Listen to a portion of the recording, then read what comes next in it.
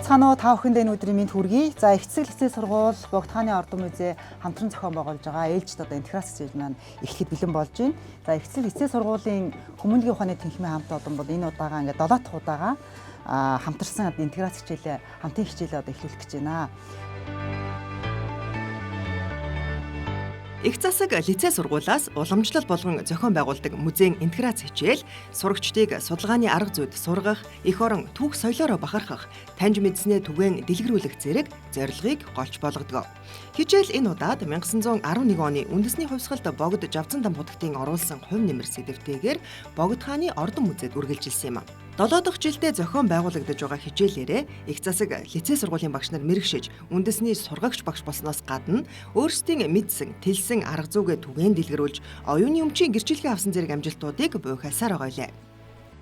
За та бүгдтэй энэ өдрийн мэндийг дэвшүүлье. За бид нар болохоор өмнө нь музей хичээл заасан туршлагаасаа эхлээд би хэлэх зүйтэй авах гэж бодож байна. За эхлээд бид нар зан азрын нэрмжил төрөлхтөрлийн музей, за үргэлжлүүлээд Монголын түүхийн музей, за Монгол цэргийн музей, Улаанбаатарын музей, Чингис хаан үндэсний музейд бид 2 удаагийн хичээл заасан ийм туршлагатай хамт олон юм байнамаа. За хичээлийн хувьд бид нар 9 дугаар ангийн сурагчдыг хамарч байгаа энэ удаагийн хичээл. За 9 дугаар ангийн сурагчд маань эхлээд бид нар 44 сурагчийг 12 багт хуваагаад судалгааны ажил эхлүүлсэн байгаа. Ингээд 1-р шатны шалгаруултаас бид нар 18 сурагчийг 6 баг болгож ингэ шалгаруулж авсан. Одоо өнөөдөр төслөө танилцуулах хүүхдүүд бол тэр 6 багийн гишүүд байнамаа. Маршрут буюу одоо ямар үзмэр дээр, ямар хичээл, ямар дараалалаар явах байгааг би танилцуулж байгаа. За тэгэхээр бид нар Богд хааны өвлийн ордны 2 давхраас эхэлнэ. За 2 давхраас эхлэхдээ бид нар хамгийн эхлээд энэ хаан хатны синти хэлж байгаа. Энэ дээр түүхийн судалгахны баг маань төсөө танилцуулж эхлэх юм. За эндээс үргэлжлүүлээд бид нар хааны зарлиг буюу нөгөө шар торгоо өргөмжлөл. За энэ дээр манай үндэсний бичгийн багийн хүүхдүүд төслөө танилцуулна. За энэс үргэлжлүүлээд бид нар хааны тамган дээр очино. За тамган дээр бол үндэсний бичиг, нийгэм, за технологийн багийн гишүүд одоо судалгаагаа танилцуулах хэрэгтэй байгаа. За эндээс үргэлжлүүлээд бид нар одоо түүхийн судалгахны багийн танилцуулах хаан хатны хөрөг зураг мөн хааны фото зурган дээр очино. За эндээс цаашаа за энэ Богд хааны ордон музейд байгаа хаш үзмрүүд дээр манай газар зүүн судалгахны багийн хүүхдүүд хичээлийн танилцуулга хийх ёстой. За ингээд цаашаа үргэлжлүүлээд энэ Богд хаант Монгол улсын үеийн газрын зураг, за тухайн үеийн нийслэл хүрээний зурган дээр газар зүүн судалгахны багийн гишүүд маань үргэлжлүүлээд судалгааны ажлаа танилцуулах ёстой. За ингээд бид нэр өвлийн ордныхоо 1 давхар руу шилжин. За 1 давхарт болохоор биологийн судалгахны багаар эхлэх ёстой. За энэ амьтдын чихмэл байгаа. За энэ амьтдын чихмэлээс үргэлжлүүлээд биологийн судалгахны багийн сурагчид маань шуудын чихмэл дээр судалгааны ажлаа танилцуулаад төгсгөлд нь болохоор манай технологийн багийн гишүүд за марцэн шар буюу нөгөө балдуугийн шарвын Монголын 1 өдөр зураг. За үргэлжлээд цаана тэр хөөмөл одоо цутгамал аргаар бүтээсэн тэр шүтэн дээр судалгааны ажлаа танилцуулаад ингээд өнөөдрийн хичээл маань дуусах хэрэгтэй хамаа. За тэгээд эндээсээ үргэлжлүүлээд хэлэлцүүлэг дадлага ажил руу гарах хэрэгтэй. За энэ болохоор манай сурагчдын 1-р шатны шалгаруулалтанд оролцож байгаа зураг байгаа. Үйл явцын зураг байгаа.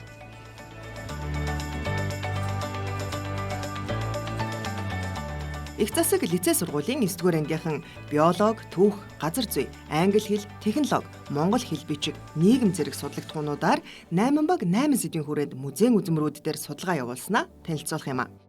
Ингээд эхний баг түүхийн судалгатгуун баг хаан хатны синти сэдвээр хичээлийг эхлүүлнэ.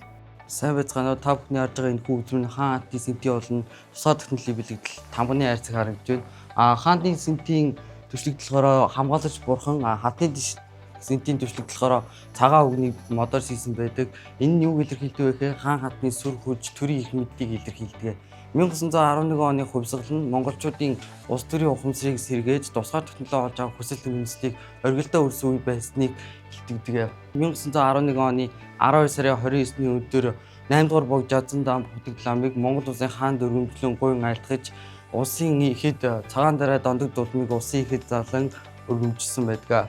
Тус өргөмжлөх хамтаар ёслох үйл ажиллагаанд ордон цугдарсан хүн бүрийг хичээнгүйлэн Богд хаан улсын ихэд тус 3-аас өдөж 9-ндөө толгой мөргсөн байдаг. Энэ өдөр ёслол болж байгаа цаг хугацаанд улаастай алтан булаг өрөө зэрэг олон газар Монголын өнцөг болон бүрээс хүрээний зөв ханд нэгэн зэрэг зурд хүч ясан баясан байдаг. 1911 оны хувьсгал нь монголчууд үндэсний одоо хөсөн үлээсэн үйл явдал болсон. Энэ өдрийг 2011 оноос хойш улс үндэстний бүх нийтийн баярын өдөр болгон тэмдэглэж байгаа юм а. Шар торгон өргөмжлөл, үндэсний бичгийн баг. Богд хааны ордон музейн дүр сулуудаас Уйгурч Монгол бичгийн дурсгал болох шар торгон өргөмжлөл төрийн тамга зэргийг сонгоовч судалгаа хийснээр танилцуулъя. Энэ харагдсан шар торгон өргөмжлөлийг би туулбарласан юм байна. Ингэхдээ шар өнгийн цаасанд бичиж тавганы дарцыг улаан өнгийн үзээр дуурайлган зурсан байна. Шашин төрийг хослон баригч наран гэрэл төмөн наст богод хааны зэрлэг их шав эрдэн мэргэн номч номон хаан хутагт пүрв чиний уг гих төвдийн газар 8 үе халахын газар 8 үе ховлон гарч шашин авдны тусыг үйлдэн явж одоо их цэргийн хэрэгт дайсныг устгах учир чин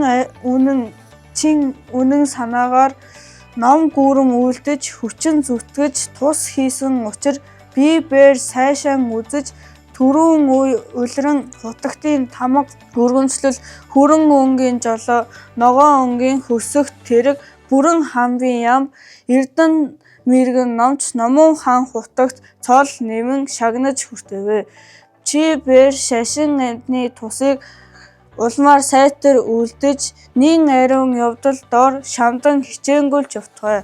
Үүний тул эрдэн дарсан шар торгоны өргөмжлөл олгоо. Олноо өргөсний 11-р он 3 сарын 18. Энэхүү зэрлэгийг батлсан тамгал төрийн хаш тамга байна. Энэхүү үзмөр хадгалагдаж буй танхируу бүгдээрээ хамт явцгаая. Хааны тамга нийгэм болоод технологийн баг. Greetings everybody, this is Social Studies team. Seal is not just a thing. So why is seal not just a thing? Seal is a symbol of the people's faith, power and unity. And these are the two seals of Bogd-Khan, and we have studied it from a social perspective. Сайн байцгаана уу? Би нийгмийн судлалын багийн сар байна. За, хүний нейтрийг илэрхийлдэг зүйл яг юу вэ? Мэдээж гар үсэг. Харин тэгвэл ус үндэсний нейтрээр тусгаар технологи илэрхийлдэг зүйл бол тамга. Тамга нь бол зүгээрснээс сийсэн дөрс жирийн тэмдэг биш. Энэ нь бол удирдгчийн эрх мэдлийн баталгаа, эв нэгдэл, ард түмний ихтгэл үнэмшил болон түүхийн амьд гэрч юм. Тэгэхээр бид ямар нэгэн тусгаар тогтнолсон улсыг тамгагүйгээр төсөөлөх боломжгүй байж. Энэ төрийн тамга нь төрийн өмнөөс гарсан бүх зарлиг шийдвэр бичиг баримтыг баталгаажуулдаг албан ёсны хүчин төгөлдөр тооцогддог. Богдны тамга нь 1911 оны 10-аар дурсаад Богд хаан тусгаар тогтнолтой тунхагласны дараа өөрийн төрийн мэдлээ баталгаажлах зорилготойгоор албан ёсны тамгыг хэрэглэж эхэлсэн байдаг. Тэгэхээр энэ таагдаж байгаа төрийн тамгыг монголчууд энгийн эв зүйл гэж үздэггүй байсан бөгөөд тэр үед тусгаалan гэр бариад улаан хацтай тусгаад гэр бариад тэгээ түүнийхээ хойморт нь цагаан эсгээд ихсээ түүн дээрээ тавьж хадгалдаг байсан бөгөөд гэрийн гадна хамгаалагчд хамгаалдаг байсан. Харин одоогийн төрийн тамга нь болохоор дөрвөлжийн хэлбэртэй, голдоо сүлдтэй, хоёр талаараа Монгол улс гэсэн бичгтэй мөн арслангийн хэлбэр бүхий бариултай байдаг бөгөөд энийг дипломат харилцааны гэрээ болон тиймэрхүү зүйлсээр дардаг мөн 4 жил тутам ерөнхийлөгч сонгогдох үед хүндэтгэн гартуулдаг байна. Энэ шашны тамга нь төвдөр уурж Монгол бичгээр бичсэн. Энэ төрийн хаш тамга нь соён бүсэг уурж Монгол бичиг дөрвөлжин бичгээр бичжээ. Соён бүсэг нь анх 1686 онд анх дугаар бөгөөд өндөр эгийн зан үзэр зохиожээ. Халахын хүрээ эдүүд чимэглэлээр ашигладаг байсан. Соён бүсгийн оройд байгаа соёнг нь одоогийн манай Монгол улсын төрийн талбай дээр байдаг. Соён бүсгийн зарим үеийг дуурайан бичиж их латин гарагийн энэ сурвалжийг олж латин гарагийг бичлээ. Жишээ нь энд байгаа үсэг латин гарагаар та. Энд байгаа үсэг латин гарагаар на. Энд байгаа үсэг латин гарагаар жаа байна. 8 дугаар Богд Завцсан дамбын төрийн тамган дээр болохоор дөрвөлжин соён бүсэг байдаг нь болохоор Монгол улсыг сэргэм манцныг илтгэдэг. Тамганы маань энгэл дээр байгаа бичиг нь болохоор дөрвөлжин энгэл дээр байгаа нь болохоор үндэсний бичгийн хэмэл хэлбэр байгаа. Энэ хоёрыг хооронд нь ингээ харьцуулаад харах юм бол маш адилхан гэдэг ч огтөр бичиг үсэг гэдгийг бид нар дүгнэсэ. Тамганы маань хоёр тал дээр үндэсний бичгээр төр маш бат, шашин маш туглаг хэмээн бичсэн. Тамганы маань гол болохоор шашин төрийг хослон баригч наран гэрэл Богд хааны тамга хэмээсэн байна. Бидний сонгон судалсан эдгээр үзмрүүд нь зөвхөн түүхийн дурсгал биш, харин монгол хэл бичгийн үнэт үг юм аа. Мөн одоо альва улс үндэстэн тусгаар тогтносон гэдгийг тогтоох олон шалгуурууд байдаг. Жишээлбэл газар нутаг, түүх соёл гэх мэт. Эдгээр шалгууруудын хамгийн чухал нэгэн зүйл нь улс үндэстэн өөрсдийн гэсэн бичиг үсэгтэй байх юм а хэмээн манай багт үнсэ. Тамгыг болохоор хас чулуу, зис, гуйл, мод, металл зэргээр хийж болдог. Энд болохоор хааны төрийн хаш тамга байна. Хаш тамгыг одоо хийхдээ болохоор эхлээд зураг дизайныг гаргаад материалаас сонгоод сонгосон материалаа хэрэгтэй хэлбэр хэмжээнд нь оруулаад дээр нь сийлж хийдэг байгаа. Төрийн алтан тамгыг нь болохоор энд байгааг нь гипсээр хийгээд хэвэндээ цутгаж хийсэн байгаа. Хаан хатны хөрөг зураг түүхийн баг. За дараагийн үзмөр бол хаан хатны хөрөг зурган дээр манай түүхийн судалгааны багийн гишүүн Мөнгөн Зул ярина. За уг зургийг богд хааны шүтэн зур гэж нэрлэдэг бөгөөд шүтэн зур гэдэг нь богд хотогтын дүрийг харж сүсэглэх сүм хийдэд залгах зорилттой бөгөөд 8 дугаар богд авдан даманд 1869 он төгдөд төрж 1874 он буюу 5 настайдаа халах Монголын шарын шашны тэргүүнээр томилогдож 1911 онд Монгол улсын хэмжээчдгүйх ханаар буюу төр шашныг хослон баригч ханаар томилогдсон.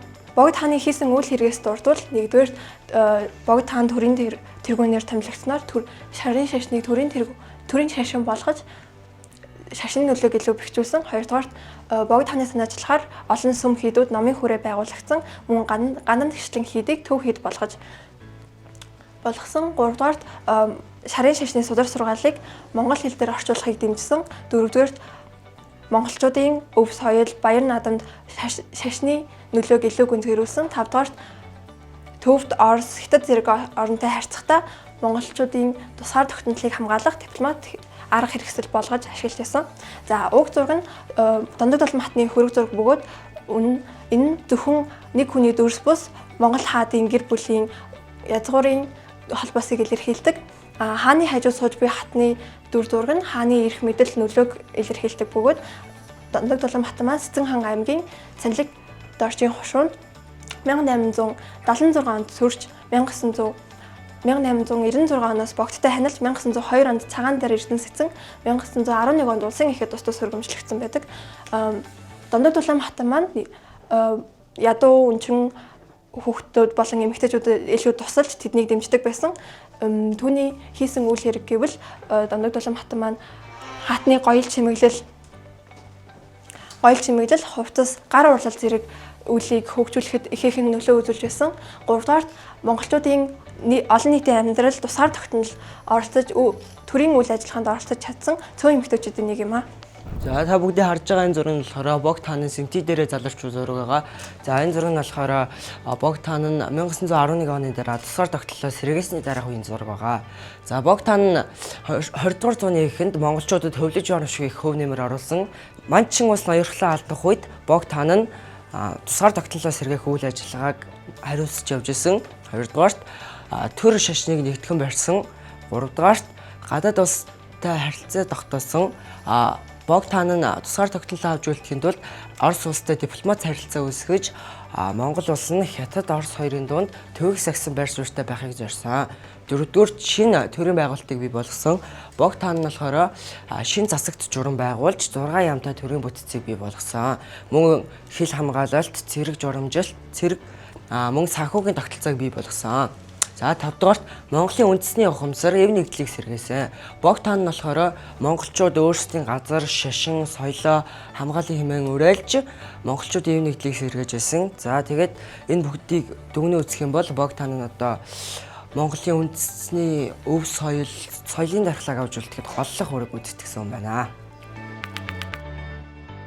Хаш үзмрүүд газар зүйн баг. За бид одоо богд хааны ордон музейн хаш үзмрийн хэсэгт хүрэлцэн ирээд байна. За энэ хаш үзмрүүд дээр манай газар зүйн судалгааны багийн гишүүд судалгааны ажлаа танилцуулнаа. За сайн байна уу? Манай багийнхан хаш чулууг сонгоо ажилласан байгаа. Хаш чулуу нь болохоор геологийн хувьд метаморф чулуулагт үүссэн бөгөөд газрын гүний тектоникийн хавцан завсарт субдукцийн бүсэд 300-аас 500 градусын орчим халуунд өндөр даралтанд өөрчлөгдөн үүссэн тийм хувирмал чулуулаг байгаа. За энэ чулуу маань болохоор нефрит болон жадид гэсэн хоёр төрөлтэй байдаг. За энэ хоёр маань хоёулаа хаш боловч дотор нь агуулгадах бензин найрлага болон химийн томьёогоор өөрөөр байдаг. Тархацлагын хувьд гэх юм бол чулуу маань болохоор гол олборлагч ордууд нь Хятад болон Мянмарт байрдаг бол бусад нь Орос, Канада, Гватемала, Австрали зэргээр байрладаг байгаа. За мөн хашин нь өөрөө маш олон төрлийн өнгөтэй байдаг. Цагаан, ногоон, шар, хар, нийл яган зэрэг өнгөтэй байдаг. Энэ өнгүүд нь болохоор тухайн химийн найрлага болон тухайн үеийн даралтын хэмжээнээс хамаарат өөр өөр байдаг байгаа. За мөн нефрит нь болохоор бөөр гэсэн утгатай грек үгнээс гаралтай бөгөөд дээр үед бол хүмүүс бүслэгээрээ зүүснээр бөөрийн үйл ажиллагаанд сайнаар нөлөөлдөг гэж үздэг байсан байгаа.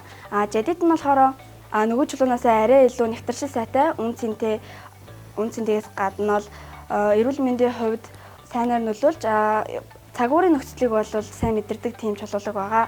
За чулууны маань бэлэгдэл гэх юм бол ив найрамд аз эд баялыг бол бэлэгдэг байгаа. Мөн сөрөг энергийг устгаж эрүүл мэндийн хувьд бөөр, хоолой, ам зэрэг хүчнүүдэд сайнаар нөлөөлдөг байгаа.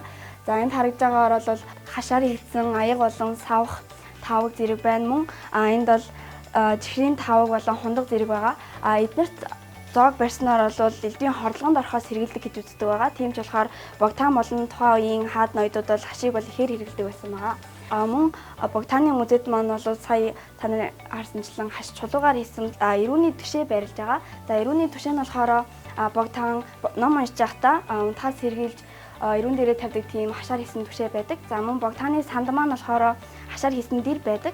Энэ дэрийг болохоор 2-10 сарын хугацаанд дэрлэх юм бол цусны эргэлтийг сайжруулж эзэг нөхөх тийм мэдгэдэггүй үр дүн гаргадаг тийм дэр барилж байгаа. За ингээд богтааны музейд маань маш олон төрлийн хаш байсан болохоор манай багийнхан бол сонирхон судалсан байгаа.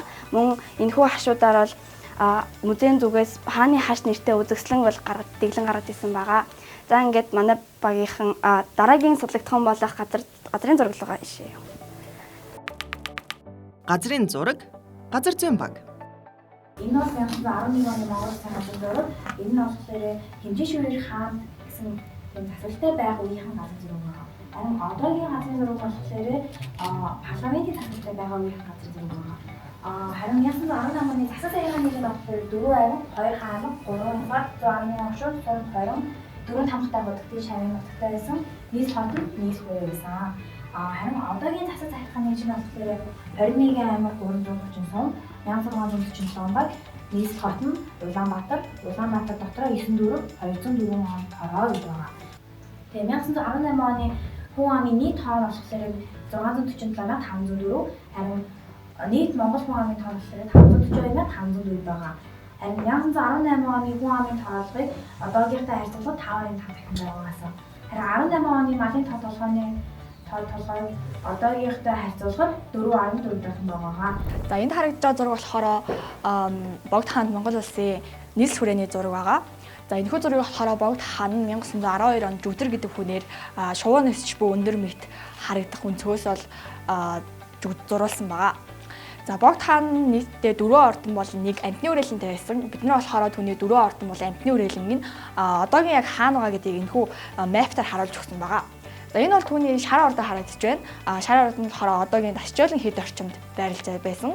Энэ бол түүний цагаан ордон байна. Цагаан ордон болохоор одоогийн 1-р цахилгаан стандарт орчимд байрлаж байсан. Энэ бол түүний хүрээ ордон буюу зуны ордон байна. Зуны ордон болохоор одоогийн удирдлагын актем орчимд байрлаж байсан. За энэ бол түүний амтны үрээлэн байна. Амтны үрээлэн нь болохоор одоогийн зайсан орчимд байрлаж байсан. Харин энэ бол түүний ногоон ордон буюу өвлийн ордон байна. Өвлийн ордон нь болохоор одоогийн бидний байрлаж байгаа энэхүү Богд хааны музей хэлбэрээр оршиж байна.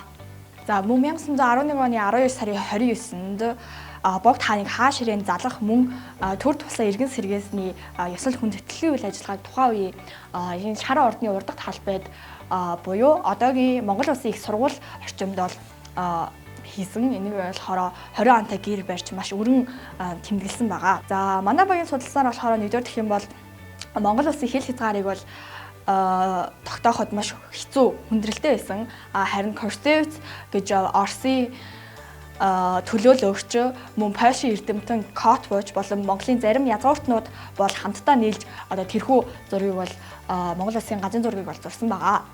За 20 дахь гэх юм бол Богд хаан нь их Монгол улсаас хойш анх удаага хүн малын тооллогыг бол хийсэн. За тэгээд энэ тоолгоор болохоор тухайн үеийн хошуу, нутаг дэвсгэр, өрх бүлийн тоо, ургийн овог зэрэг маш олон дэлгэрэнгүй мэдээлэл үлдээсэн нь одоогийн үеийн бидний маш судлангүй маш ийм танин мэдхийн өндөр үн цэнтэй материал болж байгаа нь харагдаж байна. За иймхүү бид нар бол энэхүү судалгаагаар маш олон зүйлийг сурч мэдсэн байгаа. За одоо бүгдээрээ доошо бууж манай багийн судалсан амьтны тархалттай танилццгаая. Амьтдын чихмэл биологийн баг. За бид энэхүү ордон музейг үзэж судалж явж байхдаа маш олон эдгээр амьтдын чихмэлүүдтэй тааралцсан байгаа. За бид нар энийг ингээд сонирхон судалж үзэхэд богд хаан нь Монгол улсад байдаггүй маш олон 200 гаруй төрлийн амьтдын чихмэлүүдийг бол Монгол улсад 1901 онд Германы Гамбург гэдэг хотоос худалдаа авсан байгаа. За одоо бидний энэ байгаа музейд болохоор түүний 145 орчим үзүүрүүд одоо үзмэр хэлбэр ингээд байж байна. За бид эдгээр амьтаар болохоор амьтдаас 72 амьтдыг сонгон авч энэ тархалтын зургийг нь бол хийж өгсөн байгаа. За мөн эдгээр амьтдаас бид нэр зааныг бол сонгосон. Заан нь болохоор энэтэг зан. Бид нар яагаад зааныг сонгосон бэ гэхээр богд хаанд төрийн 7 эрдэнэ байдаг.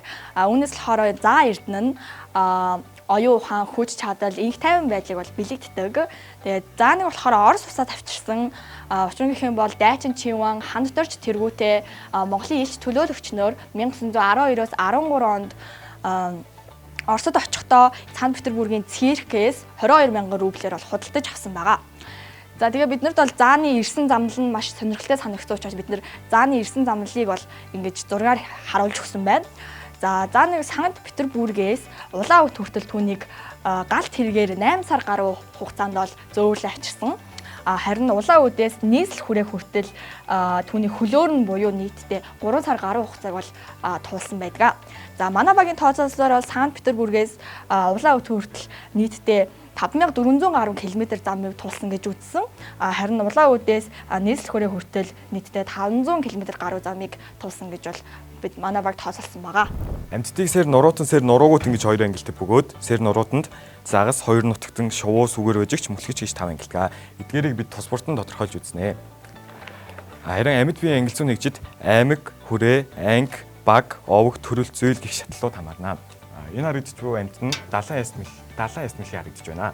Харин энэ хуурай ясмэлхий харагдж байна. Хуурай газрын ясмэлхий. Энэ харагдж буй амьтд нь мөлхөжтэй ангилсан амьтд болон хоёр нутагтаа ангилсан амьтад харагдж байна. Энэ харагдж буй амьтад нь мөлхөжтэй ангилсан амьтад харагдж байна. Мөлхөжтэй ангил зүгээс холцтой ортмогоог онцолж авсан. Холцтой ортмогоо нь Скомата баг, Wi-Fi овог, Cloydus төрөл, Cloydus салис зүйл юм та. Дараагийн ангил зулах загасны ангил зүйл явцгаая. Энэ харагдж буй амьтад нь загасны ангил зүйл харагдж байна. Загасны ангил зүгээс зараа загсыг онцолж авсан. Зараа загас нь Tetroodontiformes баг, Diodentide овог, Diodent төрөл, Diodent holocanthus зүйл юм та. Энэ хоёр жилийн орондох амьтад нь сүгэр өжигчтэй ангилсан хоёр амьтад харагдж байна. Сүгэр өжигчтэй ангиас шоргоолж ижтэн бид онцолж авсан. Шоргоолж ижтэн ихэвчлэн шоргоолжоор хоолдог Африкийн дэд сахарт нутагладаг хөхтэй амьтад. Дараагийн хэсэг болох шувууны ангил руу явцгаая. За эдгээр харагдаж байгаа шуунууд бол тогоос шуунууд бөгөөд за бидний 4 тогоос шуунаас онцгойлж авчирч байгаа шувуу бол энд харагдаж буй энэ шувуу байна. За энэхүү шувууны нэрийг бол их аргуус гэдэг бөгөөд за энэхүү шувуу маань гаднах төрхөөр бол за 180 см-аас 200 см-тэй бөгөөд бүгд нь болохоор 12 ширхгүүд байдаг. За энэхүү шувуу маань үржлэгийн үедрээ 5-6 сарын үед за өөрийнхөө ойн гүнд орж за далавчаа дэлгэн бүжүүлж дуу гаргаж ингэж ийм шувуу ууртаа татдаг байгаа. За дараагийн шувуу бол Африк тивийн шувуу бөгөөд за энэ чинь Африк тивийн шувуу харагдаж байна. За бид нар энэ Африк тивийн шувуудаас онцгойлж авч үзэж байгаа шувуу бол энэ шувуу байгаа.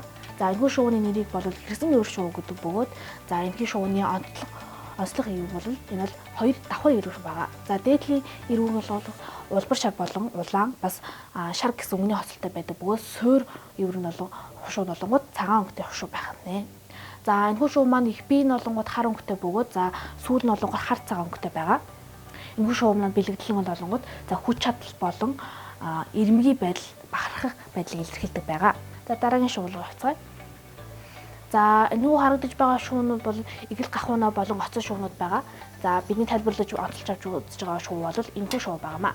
Энэхүү шувууг игэл гахуунаа болон гэдэг ба өөрөөр хэлбэл бас хар сарууд оцсон шувуу гэдэг байгаа.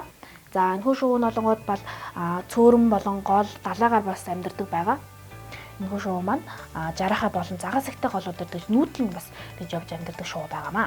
За эдгээр харагдаж байгаа шуунууд бол Өмнөд Америкийн шувуу бөгөөд Өмнөд Америкийн шувууд маш олон шувуу байдгаас бид нар энэхүү шувууг онцолж авч үзэж байгаа. За энэхүү шувууны нэрийг бод төрөө мөрт дөрөв жимс тагтаа гэдэг бөгөөд энэхүү Нөгөө тагтаанд за ойролцоогоор 2000-аас 2500 м өндөрт дунджаа тэгэж амьдардаг байгаа. За шигүү ойн чиглэг ертөнд чиглэг ойд ингэж амьдардаг шуу байгаамаа. За гадаг төрхийг харуул дээгүүр хэсэг нь ногоон бөгөөд за доотлол хэвлэлийн хэсэг нь шар за дээдлийн толгой хэсэг нь саарл юм аа. За энэ хүү шуу малгууд за шуу дундаас ер нь бол жимсэр холбох шуудын маань нэг нь байгаа. За энэ хүү шуу тайлбарлавал за энэ байна төрөө жимс тагтаа. За баг болов Columbidiformis, овог буюу Columbidae, төрөл буюу Ptilonopus, зүйл буюу Ptilonopus porphyrias гэх шуу байгаамаа. Хөөмөл цудгамал шүтэн технологийн баг. Дархны урлаг дээр жишээ бол одоо эдгээр дархны урлагийн дээр ихнүүд байгаа. Эдгээр урлагийг болохоор яаж хийдэг вэ гэдгийг би одоо танарт тайлбарлаж өгнө. Эхлээд чулуу болон төмрийг хайлуулан хэлбэрт оруулан заснаа. Зассан хэлбэрээ янзалж нүүр ам хэв гаргаад түүнийг янз бүрийн чимрэл нааж бодож янзалж ингэж дараагийн бурхан хийдэг. За дараа нь дархны урлагийн талаар гэвэл үнэт идэл болон хувийн идэл гэсэн хоёр ангилдаг. Үнэт идэл нь болохоор гимпел хатны ашиглаж байсан. Одоо гоёл чимэглэл, хүзний зөвлөлт, бугуйч, ийм гих мэт зүйлүүд орж байгаа. Тэр нь болохоор дээдлийн музейгийн 2 давхарт байсан эд зүйлс төр орно. Яаж тэр үнэт идлийг хийдэг байсан бэ гэхээр хайлуулсан чулуу төмөр дээрээ шигтгээ, шүүр, сууд гэх мэтийг нааж тодруулж дээрэс нь гоёл чимэглэл болгож хэлбэрт оруулцаж янзалж гинэ. Харин эд ах үе гэвэл одоо хаан хатан хоёрын ашиглаж байсан мөнгөн аяг, мөнгөн халбаг, мөнгөн сэрэ шанаг, тогоо гэх мэтлийг ашиглаа. Баярлаа. Дараагийн ярих зүйл бол мужаа. Мужааны урлаг нь мотор сийлж хийдэг байгаа. За жишээ бол одоо энэ хаан хатан хоёрын сүх тэрэг байгаа. Энэ сүх тэрэг хийхэд шавран бодгаар будаж янзалж хийсэн байгаа. Харин энэ модон дотроо энэ төмөр дархны урлагаар бас давхар дотор нь ингэж давхарлаж энэ техник ажиллуулж хийсэн байгаа. Дараагийнх нь болохоор морин дамнууд гэж одоо энийг бас модоор хийж янзсан байгаа. Дээрээс нь дархны урлагаар 2 луу хийж янзалж чимэглэж бодож өгсөн байгаа. Үүнийхээ ардаас дээрээс нь гоёл чимэглэл чавран бодгаар хээ зурж янзалж модон сэлбэр хийж түүнийг янзалж ингэж хийж байдаг гэсэн байгаа. Тэр болохоор хаан хатан хоёрын шүхэр байгаа. Энэ шүхрийг болохоор бас адил мужааны урлагаар хийж түүнийг хэлбэрт оруулж янз бүрийн хээ уулзаар хийж дээрээс нь алтан торгоор чимж хийж өгсөн байгаа. Көмөс дээрийг хийхэд эхлээ хэлбэр хэмжээгээ гаргана. Хэвээ хийхдээ ямааны тос модны дайвархаа үнс хар шороо хийн зарцаа. Зарцсан хэвээ алах юм уу мохоо зүйлээр цохиж товоолгон шүтээний хэлбэрт оруулна. Оруулсан шүтээний хэлбэрээ урд хойд хоёрын нааж нийлүүлснээр хөөмөштэй бий болно. Цутгамал шүтээнийг хийхдээ эхлээ хэмжээ гаргана. Хэвээ хийхдээ халуун төсвөртэй гипсэн дотор халуун металлаа хийж хатана. Хатсан металлаа хэвнээс гарган зүлгсэн хэм маань цутгамал шүтэн болно. За одоо бүгдээрээ буцаад боловсролын гэртээ очицгоё. Тэнд манай хичээлийн дүгнэлт болон хэлэлцүүлэг дадлага ажил явагдах юм аа. За манай технологийн багийнхан энэ тухайн үеийн сүм хийдийн углуургийн аргаар угсарж барьдаг байсныг дуурайлгаж энийг ийм макет хийсэн тий. За манай технологийн багийнхан одоо энэ макет угсрахад хүүхдүүдийг ажиглах юм. За энэ макетыг бол манай технологийн багийнхан бусад зурагчтай хамтарч хийсэн байгаа. За тэгээд энийг ингээ ажиглаж аваад тэгээд та хэд яг цаг эхлэхээр эхлэе шүү заа.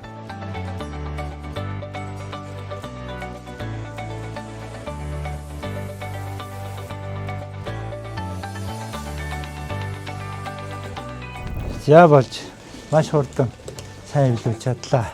За багуудаа баяр хүргэе. Бид нэр сая одоо музей үзмэр болгон дээр одоо хүний тухайн үеийн гар орчуудын одоо уруу хаан шиг гэсэн сайхан музей үзлээ тийм үү. Тэгэхээр энэ багш нь бол энэ барилгын тухай ярих гэж удаа юм л да. Манай одоо Монголд байгаа сүм хийдүүд маань ямар онцлогтой байлаа. За одоо ингээд бид нэр сая бие боддоор харлаа шүү дээ сая тий хийдэ. Ер нь сүмийн барилгыг яг гаднаас нь сайн ажиглаж харсан уу та нар? Яг нэг үзэглээ үздэг шигээ тий. За тэгээд бид хэд хамтарч одоо энэ углуургийн аргаар барьсан энэ барилга ингээ макет хийсэн. Тэгээ энэ углуургийн арга нь ямар онцлогтой вэ гэхээр хадаас ороог учраас хадаас ч өөрөө нөгөө төмөр учраас яадаг. Модыг зэврүүлдэг, муудуулдаг тий. Янз янзын оруулалт. За энэ хадаас ороог учраас энэ хийд маань одоо өнөө хүртэл бид нарт энэ хэвээрээ хадгалагдж ирсэн юм аа. За тэгэхээр бүгдээрээ сая дадлага ажиллаа ажиллаа тийм ээ. За ингээд дадлага ажлынхаа одоо та бүхэнд эвлүүлсэн макетыг ингээд бэлтгэж ирсэн те технологийн багийнхаа гишүүдийг мөн одоо технологийн багшид маш их баярлалаа гэж ингэж хэлье. За одоо бүгдээрээ хичээлийнхаа хилцүүлэгт оръё. Өнөөдрийн хичээлийг одоо хэрхэн яаж явагдсан бэ? Ерөнхийдөө эхлээ хүүхдүүдийнхээ сэтгэлийг сонсъё гэж бодож байна. За мөн хичээл ажигласан багш нарын сэтгэлийг сонсъё гэж бодож байна. Мөн одоо Богд хааны музейн одоо босол хариуцсан мэрэгчлэлтэнтэй энэ хичээл маань ерөнхийдөө өмнөх одоо танаа дээр явагдаж байгаа бусад хичээлүүдтэй харьцуулахад яг ямар байсан бэ те ингээд сэтгэлийг нь бас харьцуулаад биднэрт нэг үнэтэй зөвлөгөө өгөөч гэж бас ингэж хүсэж байгаамаа. Тэгээ ингээ эхнийхээ асуулт хариултыг болохоор хүүхдүүдээс эхлэе гэж ингэж бодож байна. За ингээ сэтгэлээ чөлөөтэй ингээ яриараа. Би энэ хүү музей хичээлээр тэртээ 100 жилийн өмнөх хувьсгалын үеэр яг танхимын хичээлээс илүү ойлгосон зүйл бол танхимын хичээл дээр ном дээр тухайн үеийн сэдвийг ингээд багцлаад жижиглээд зөв бидэнд тодорхой ойлгомжтой болгох гэсэн бол энэ хүү музей хичээл дээр ирж би тухайн үеийн хувьсгалын үеэр Богд хааны үйл хэрэг, түүний хувьсгалаар хийсэн үйл ажиллагаа, тэгээд хувьсгалын дараах сэргэн мандалд хөгжихийг зам мөрийг тавьсан Богд хааны үйлдэл үнэхээр сайн мэдж авсан. Тэгээд бас би нийгмийн баг байсан болохоор Богд хааны тамган тухайн үе нэгэд ямар байр суурийг ижилж тэгээд бид тусгаар тогтнолоо тунхаглахад маш их үүрэг нөлөө үзүүлсэнийг мэдэж авсан. Тэгээд музей дээрээ энэ үзүүрүүдтэйгээ танилцахад бол үнэхээр гоё те. Яаж ингэж 100 жилийн турш ингэ хадгалсан үнэхээр сонирхолтой байсан. Ер нь бол номон дээр хаас ингэж үзснээс өөртөө ингэж судалж 1-р шат бол 2-р шатанд орж ингэж судлахад бол Богд хаан болон тухайн үеийн 100 жилийн өмнөх хувьсгалыг бол бүх талаас нь сайн мэдж авч чадсан. By this museum project, I have gained a lot of knowledge and experiences. By this museum project, I've learned about taxonomy of animals because I was biology team, and I learned how to work in groups and teams, and it was way more interesting than normal lessons, and we researched and studied by ourselves. It was so interesting and knowledgeable. Би энэ хүү музей хичээлд орсноор Монголынхаа өв түүхийг судалж Богд хаанаас асуудалсан. Тэгээд музей дээр ирээд музейгээ үзээ. Тэгээд Богд хаанаас судлахад Монголд ямар гоё тийм өндөж барашгүй их тийм хувь нэмэр оруулсан хүн бэ гэдгийг нь ойлгосон. Тэгээд энэ хүү музей хичээлээрээ би өөртөө маш их туршлагаа хөрвүүлж авсан байхаа гэж бодож байна. За бидний хичээлд болохоор ингээд ажиглагчаар ирсэн багш нар бас 30 дугаар сургуулийн багш Наран Цэцэг, Ган Туяа бас түүхнийгийн багш нар ирсэн байгаа. Энэ болохоор багш болохоор Шинэ Монголд Харва бүжигийн багш Цэвлмаа түүхнийгийн багш байгаа. За тэгээ 3 багшаа төлөөлөө Цэвлмаа багш маань бас энэ хичээлийн талаар те сэтгэлдээ ярина. За сайн байцгаана уу та бүхэндээ энэ өдрийн мэндийг хүргэе. Лицей сургуулийнхаа хамт олон сурагчтай бас ингээд хамтран ажиллах болсондоо баяртай байна. За тэгээд энэ удаа ирж ингээд ажиглагчаар оролцоход бас өмнө нь өөрөө бас тий багшаар ажиллаж исэн болон одоо энэ хүүхдүүдтэй хамтарч ажиллаж явах үеэс бол хамаагүй бас агсан төвшөнд очисон байна. За энэ төсөлт хичээл маань бас одоо өмнөх хичээлүүдээс бол хамаагүй давуу болсон байна. Хүүхдүүд маань бас маш одоо тийм бүтээлч тий багаараа бол маш их үзмрүүдтэйгээ танилцж бүтээлч маягаар ажилласан байна. За тэгээд ийм давуу зүйлүүд бол маш их байна. За тэгээд бас англи хэлээр ингээд баг болгон дээр англи хэлээр тайлбарлаж байгаа хүүхдүүд байгаа нэ. За тэгээд хэлний төвшингийн хувьд ч гэсэн хүүхдүүд маань мундаг болсон байна. За тэгэхээр маш их бахархаж байна та бүхнээрээ. За тэгээд өмнөх зөвлүүдээс бол энэ төслийн маань хувьд бол жил болгон ингээд сурлагтуунуудыг нэмээд оролцуулж байгаа нь бол бас давуу талтай байгаа тий. Тэгээд энэ жилийн хувьд бол биологийн хичээл орж ирсэн. Тэгээд хичээл болгон дээр одоо тэр үзмөрүүдийг бүр илүү наривчлан тайлбарлаж байгаа нь багш нар бидний хувьд ч гэсэн тий зөндөө зүйлийг та бүхний одоо энэ төслүүдээс мэдэж авлаа. За тийм учраас одоо ингээд дараагийнхаа одоо та бүхэн бол ингээд музейн хичээлээр түүчилээд явж байгаа. Та бүхний зааж байгаа энэ хичээлийг бид нар ч гэсэн цаашаад ингээд сургууль болон бусад сургуулиудад ингээд хамтран түгээж те хүүхдүүдтэй ч гэсэн одоо энэ та бүхний хичээлийн энэ явцыг танилцуулж одоо сурталчлах болно гэж ингээд хэлье. За тэгээд цаашдынх нь одоо бас энэ лицей сургуулийнхаа хүмүүнлэгийн ухааны тэнхимийн багш нар болон за энэ 9-р ангийнхаа сурагчдад сурлах хөдөлмөрийн болон ажлын өндөр амжилтыг хүсье. Та бүхэн сайн байлаа. Баярлалаа гэж. За За сайн байцгаана уу? 3 дугаар сургуулийн түүхний өмш хаантын өгш нэ. Тэгээ өнөөдөр бас энэ сургалтаар одоо танай сургуулийн яг биетэй үзмэр дээр музей дээр одоо хичээл явагдаж байгаа сургалтыг хараад сэтгэл маш их хөдлөө. Тэгээд энэ маань өөрөө сурагчдад маш их одоо тийм ээ тухайн түүхийг судлах, за түүхийн хичээл сонирхолтой болгох, их оронч үзэлтэй болгох гэх хүүхдүүдэд төлөвшүүлэх талаас нь бол маш их одоо өвөөжтэй байдаг учраас ер нь бол сургуулиуд ер нь музей дээр хичээл ер нь удирал заавал нэг удаа зааснаар тухайн хүүхэд бол одоо Монголынхон түүхийг бол яг нь яг бие дээр нь бид нар одоо танхимаар бол зүгээр тийм ээ танхимын аргаар явах музейд хичээл заах бол хоёр бол маш ялгаатай байдаг учраас үр дүнгийн хувьд авч үзэх юм бол энэ музейн сургалт бол маш өр өгөөжтэй байдаг. Тэгээ өнөөдрийн энэ хичээлээс бол хамгийн давуу тал нь юу байв гэхээр саяны багш ярьсан тийм ээ бүх одоо үзмэр дээр англи хэлээр ингэж таад ярьжсэн нь бол би таадаас бахархаж байлаа. За тэгээд тэр үзмэрийг бол маш сайн судалсан байна. Мэдээж судалсан юм дээрээ бид нэр бусдад тайлбар өгнө гэдэг бол өөрөө маш их яг нь мэдээлэл, мэдлэг, чадварыг өөртөө суулгасан байна гэж багш нь таадыг харсан. Тэгээ таад амжилт хүсье. Баярлалаа. Тэгээ би бас өөрийнхөө сургууль дээр энэ үйл ажиллагаа зохион байгуулах хүсэл тэмүүлэлтэйгээр одоо буцаж байна да. Бүгдээрээ Богд хааны музейн боловсрол хариуцсан мэрэгчлэн номон дээр өгч байгаа яриа гэсэн. За сайн байцгаана уу? Энэ жил манай Богд хааны ордон музейтэй хамтран ажиллаж байгаа энэ хэсэг лицей сургуулийн хамт олонд талархал илэрхийлье. Манайх бол жил болгон сургуулиудтай хамтран энэ интеграц хичээлийг бол зохион байгуулдаг. Энэ жилийн энэ хичээлийн өвөрмөц онцлог нь хүүхдүүд маань урьдчилан хурж ирж музейгээ үзээд өөрсдөө хамгийн гол нь үзмэрээ сонгож судлаад ингээд хичээлийг бол өөртөө тайлбарлаж явуулсан байгаа. Урд нь бол одоо манад явуулж байгаа сургуулиуд болохоор багш нар маань өөртөө үзмэрээ сонгоод өөртөө хүүхдүүдэд танилцуулах хичээлийг явуулдаг гэсэн бол энэ жилийн онцлог нь хүүхдүүд өөрөөсөө судалж байгаа нь илүү их тийм сонирхолтой бөгөөд хүүхдүүдэд илүү үр дүнтэй тийм өгөөжтэй хөтөлбөр болсон бахаа гэж бодож байна. Ингээд хүүхдүүдийн ирээдүйн сурлагт нь илүү их амжилт хүсье. За ингээд өнөөдрийн одоо манай хичээлийн хилцүүлэг маань энэ хүрээд өндөрлөж байна. Одоо бүгдээрээ энэ өнөөдрийн хичээлд хамтран ажилласан Богд хааны ордон музейн хамт олондоо за арга юу боловсролын ажилтан одоо номон дэрдэн тий одоо бүхэл талаар дэмжин тусалсан.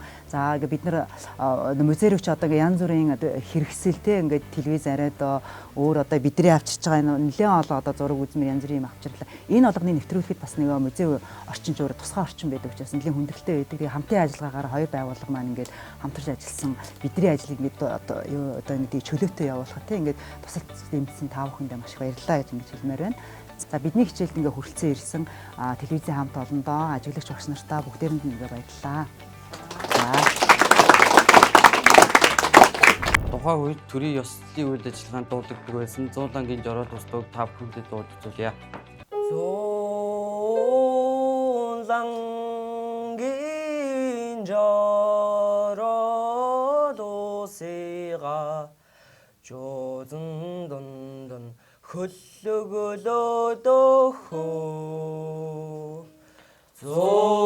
조가서 자산 먹도 정호무람미가 세스별린 시래 자다다다후